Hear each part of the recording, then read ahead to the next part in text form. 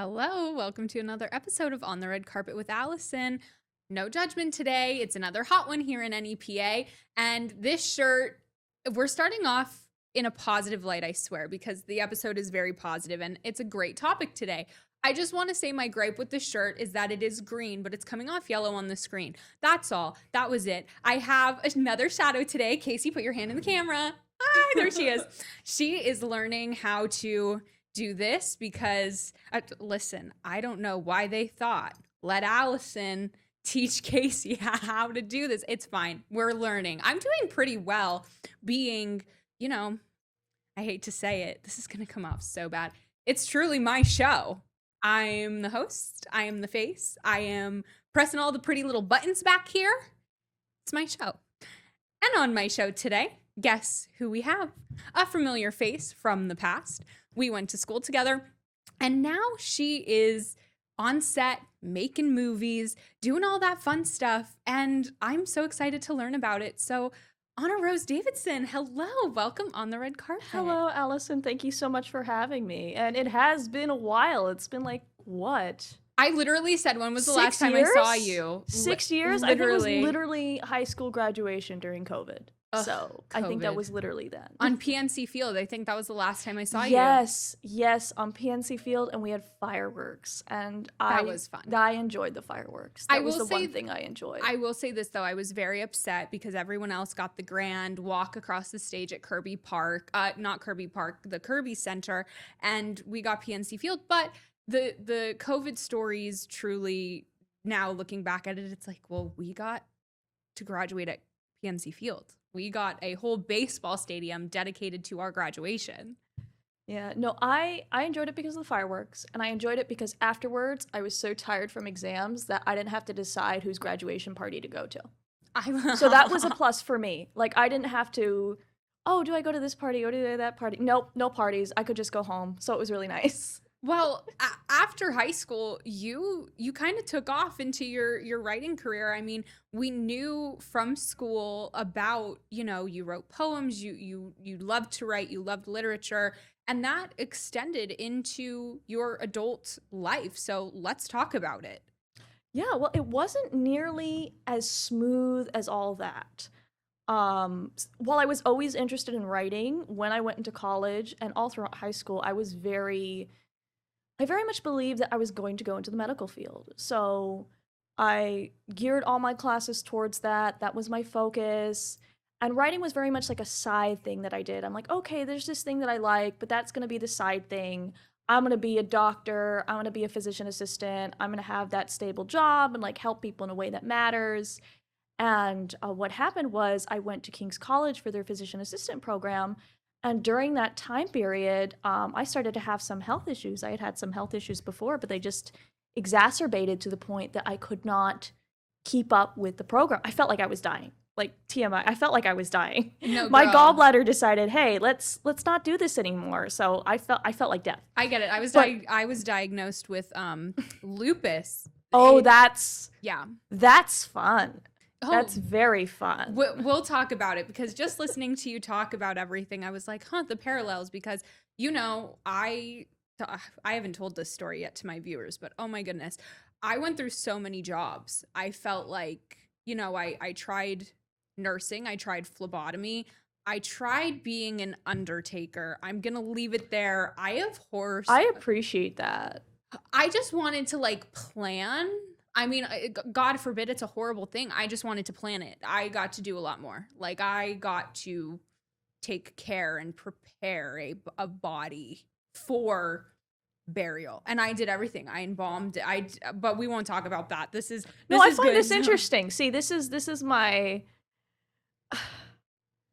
I wouldn't say I'm interested in dead bodies. That feels like a weird thing to say, but I'm interested in interesting things. And one of the things that we don't talk about very often is death. And yeah, I'm always poking my nose into other people's business and other people's jobs. Like half of this script was stories that people told me about their jobs.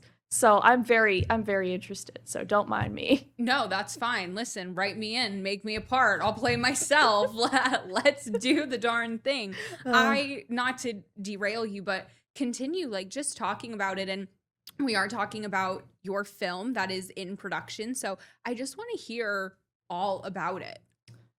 Oh my goodness. Where do I start is the question. So, I'm at a point in my life which where I feel a lot of young people are, where we don't really know what we're doing. We feel kind of lost. We feel like with everything that's going on in the world, our dreams are no longer achievable. The life that we were promised is no longer in existence.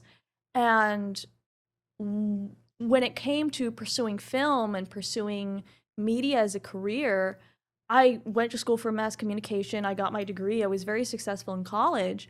But once I got out of college, I felt like I kept, running up against walls. I couldn't get jobs at news stations.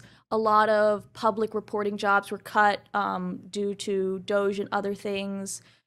Just the whole idea of, oh, media is this big field, I'll find something, I'll find a job. And I just didn't. And I I was pursuing it, I am pursuing it, but there comes a point where things in your life change, financial situations change, health situations change. And I've always wanted to make a movie. I've been interested in filmmaking for a while now, and one of my big goals was to make a feature film. And stuff happened in my personal life, you know, people are retiring, people are getting older, people are having health issues, and all sorts of things compounded, and it became a sort of now or never moment. You have to make a movie now or never. And it needs to happen this summer. So what happened was I essentially kicked into high gear. And between January, when I decided, hey, we're really going to do this, to now in late June, early July, when we've started shooting, we've had 2 shoot days so far. It has been an absolutely wild ride to bring this dream and this vision to life. And the thing that shocks me every time I talk about this project is how true it is, how true to life it is for basically every single person who reads and interacts with it. Like, you have these character archetypes and these character journeys that are based on things I've experienced, based on people around me, acquaintances, friends, talking about their lives, talking about their struggles, talking about their feelings as young people, recent grads in a world that just doesn't feel like it's working anymore. And all of those true to life experiences, I condensed and communicated through the script, and people read the script and they're like, I've had this conversation. I've had this job. I've been this person. And it both touches my heart and it shocks me every time how true this story rings for so many people, older people, but young people especially. A coming of age story for people in 2026. I think so much could be said about all of that great information that you just said. And it is kind of like, you thought, okay, back to COVID, you thought, oh, it was just me going through it, or I'm just going through this, or I got COVID. No, the world was going through it together. And that was clearly a moment when people felt, wow, maybe it isn't just me versus the world. It's the, world, it's everyone versus the world. So I really appreciate a good coming of age story, because 9 times out of 10, what do you want? And I'm not talking about horror films. I'm not why you would go see a horror film. I can't sit through them in theaters. I watch like this half the I'm time. the same. But like, when you go watch a movie, you want it to resonate with you. So there's a movie, I currently stumbled upon it today while I was watching an episode of The Valley on Peacock, that it was the movie Remainders of Him. And wow, like I still need to see it. I think it's on Peacock. I think that was the whole point of the commercial. But I just resonated with it so much, because it's like losing her love, and I won't spoil it. I mean, I don't know what happens in the plot, but like from the trailer, I won't spoil. But it's like, okay, when someone reads this, it's like, wait, maybe they do resonate with this character because they're going through the same thing. And but how does the character come out of it? And how can I take that and learn from it on how I come out of this situation stronger? So I love a movie like that. Let's talk about it. What is the name of your film? So the name of my film is When We Make It, and it Ooh. is a ensemble coming of age story, a contemporary coming of age story. It's set in this area. It's explicitly set in Wilkes-Barre. And it follows a group of friends who are recent grads. We follow them through many different paths, many different dreams. We have one who she's an optimist. She believes she's lucky. She wants to be an artist. She wants to be a star. She wants to be a filmmaker. And we follow her belief of optimism and luck and I can make it. I can do this. And then on the other hand, we have her brother who has far more reasonable dreams. He just wants to, get married, have his life, have his house, marry his girlfriend Eileen. And that couple struggles a lot because they're dealing with issues like health insurance and disability and how, the legality of disability stipends and the way the world works often gets in the way of people getting married. We have one of the characters, Isaac. His goal, his dream at the beginning was, I want to get a good job, get good money, make my mom proud so she finally can connect with me. And his journey throughout the story is, I accomplished that dream, but it didn't do what I thought it would. That relationship is still not what I want it to be. Wow. And then finally, we have Addie, who is also an artist, but trapped in a corporate job, and her struggle between, am I really an artist? Am I just a poser? Without familiar support, I'm not able to do the things my friends able to do, and that conflict there. So we follow a lot of different but interconnected stories of people with big dreams who are trying to achieve them, people with, the American dream trying to achieve them, people who are trying to mend relationships. And the theme of the film, we go from the sort of thesis of, with hard work, you can achieve your dreams and overcome all difficulties, to, well, maybe there are some difficulties that can't be overcome and some dreams that just can't be achieved. And throughout the journey of the story, the way these characters bond together with their family, with their friends, with the people around them, the way they learn to love where they are now in life and where they are now in the world, the overall message of the film is, yes, some dreams can't be achieved and some difficulties can't be overcome, but dreams can change and you can build a life within and around the difficulties. Holy, holy moly. First of all, I think you created a movie that someone is going to see themselves in every single one of those characters because, you were talking about the health insurance, you were talking about this. I know we went to high school together. I thought I was going to have a high school sweetheart. I thought we were going to have lots of babies, have a great wedding, a great marriage, and it just didn't play out like that. And, now I'm free, and I say free because I'm traveling, I'm, going like this, and I'm not saying he's not either, because he's going like this and I'm so happy for him, but it truly does make you sit back and think. And then, with the career and the mom aspect, like, I totally understand where that character's coming from too, because it's like, well, no, do it for yourself and don't worry about your mom. Like, Anna Rose, this movie is going to resonate with so many people. We have about a minute to break here, so I gotta know. Simple question, and then we'll talk more about the cast and the filming process after the break. Do we have a potential release date for this? So the ideal goal would be to release the film during graduation season of this coming year in 2027. So that would be end of May, early June. Will we make that deadline? I don't know. As you can tell by the way I came rushing into the studio today, I sometimes run a little late. But the goal is to release this during graduation season because it is the perfect time to release this film because graduation is the inciting incident. It is how this film opens, this sort of ceremony of new beginnings, this whole I did the thing and now I can live my life, and the way that just doesn't go in the direction these characters think.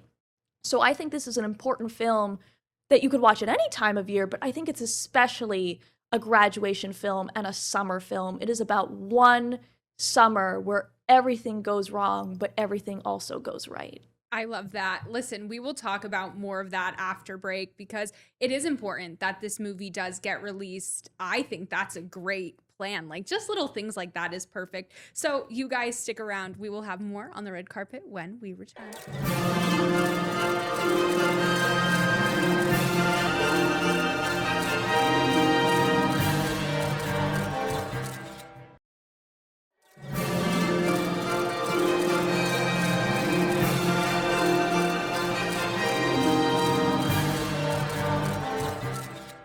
Welcome back on the red carpet. Shout out to me first because I remember to unmute the mics. That's always my biggest thing coming back from break is I forget to unmute them and then I'm in a bind like I have been in my feel last that. right? I honestly have. But hey, Anna Rose, that's set life. So, you know, we're talking to Anna Rose Davidson about the movie she is making, just about everything happening, you know, maybe going wrong, but actually that's right where you need to be. And that's, I love that message for a movie. So I need to learn, you said it is mostly and 1000% based in Wilkes-Barre. It is 100%, 1000%, 1,000,000% here in Wilkes-Barre. And it's very much set here, and it's very much a zero budget film. And I will say right here and now, zero budget is a lie. There is no such thing as zero budget, because even when you look at the actual numbers of the money that you're putting in, so many people don't take into account the time and effort and that cast and crew just donate to a film like this. So whenever someone says, "Oh, my film is zero budget," "Oh, my film is zero," but it's not. I would not be able to do this film without people donating thousands of dollars of their valuable time and their skill sets.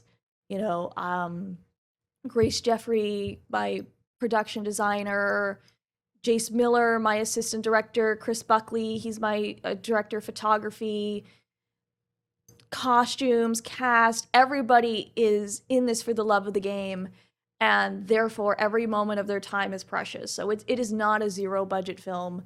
It is a film built on the love and dedication of the people working on it. Wow.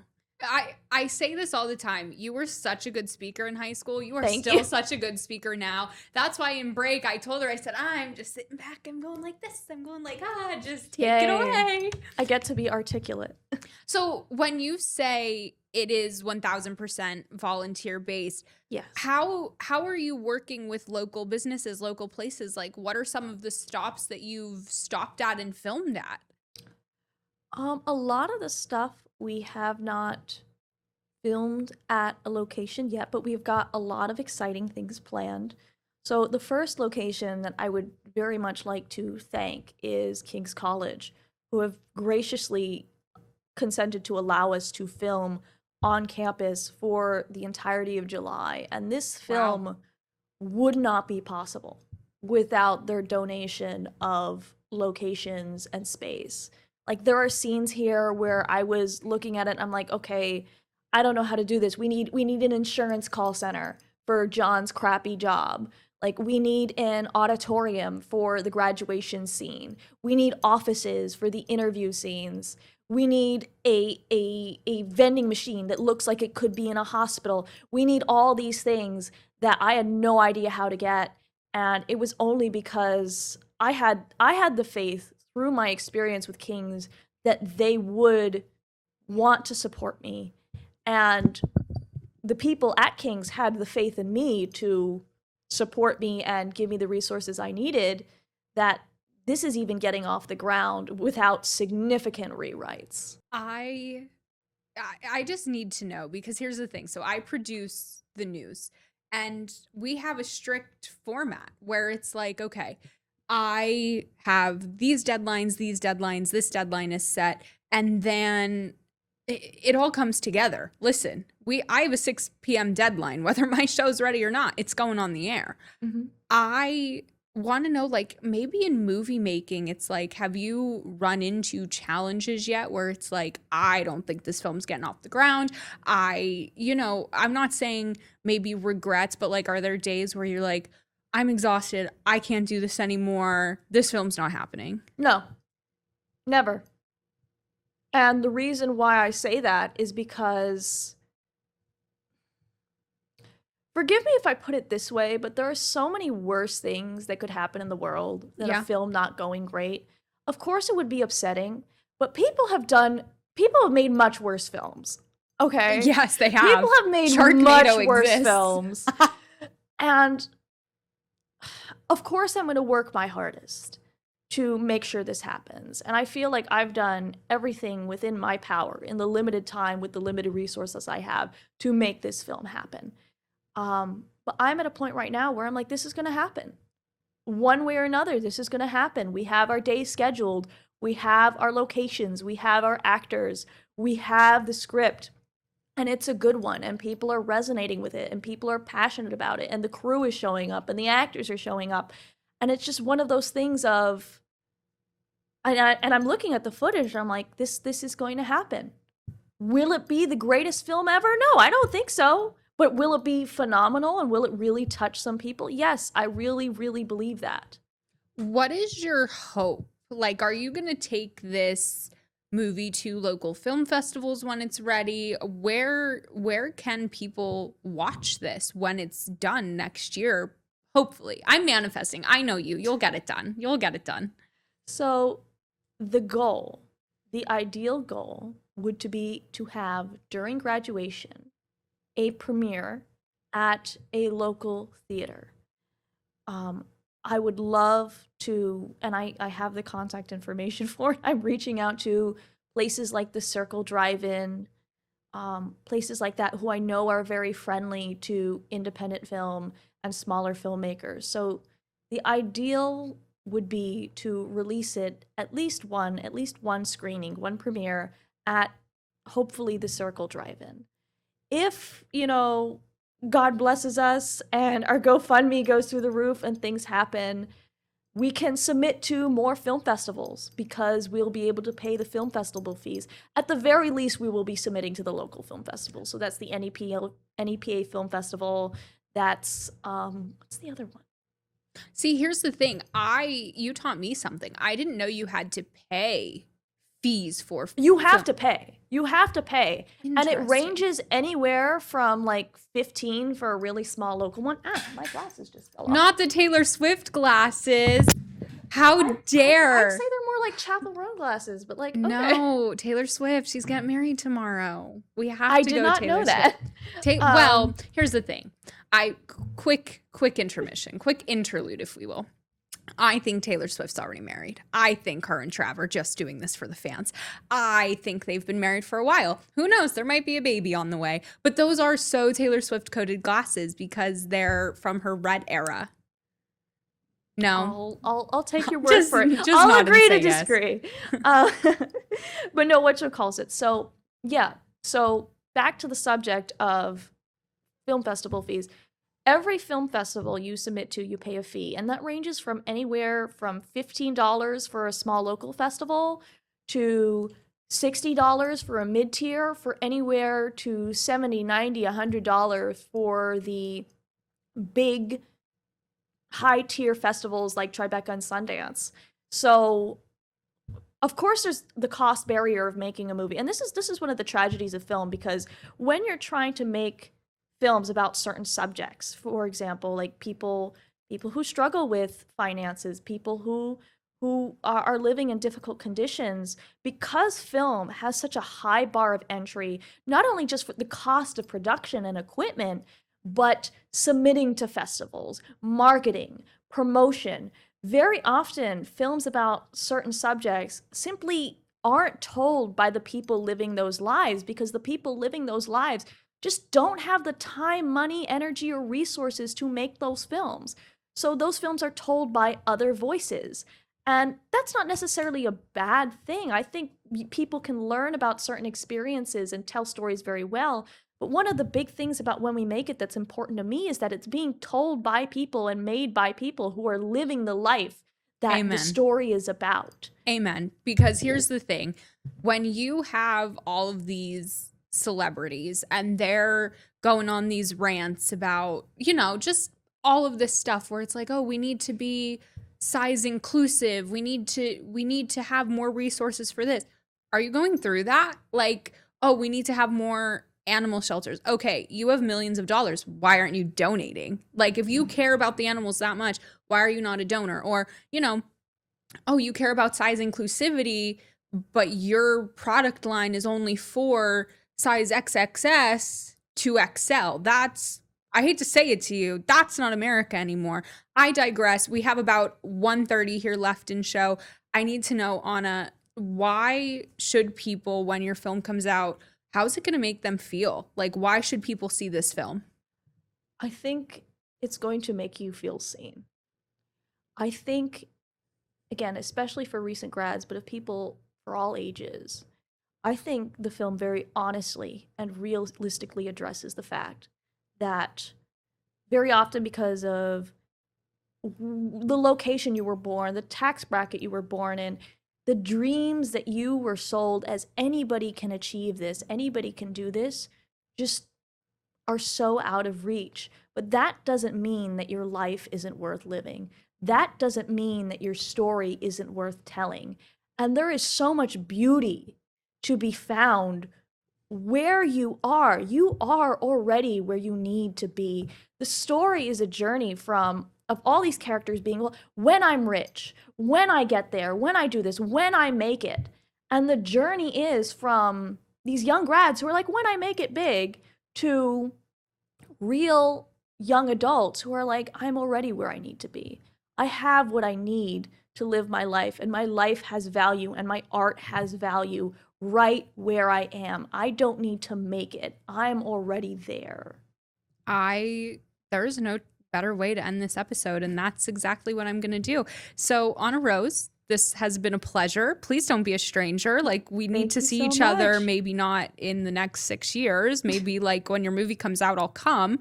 I think that would be very nice. Yes. I would love that. And you can find me on Facebook and Instagram under akdavidson_insta. And the concept trailer for the film will be dropping today.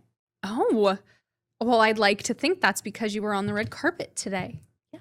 Lucky moment. I love it. All right. Weekdays, 9:30 at night on Roku, Apple TV, and Amazon Fire. You can also find me on YouTube. All right. Joey's not here anymore. Joey doesn't work here anymore. So I have to roll my own outro, I guess. But here I go.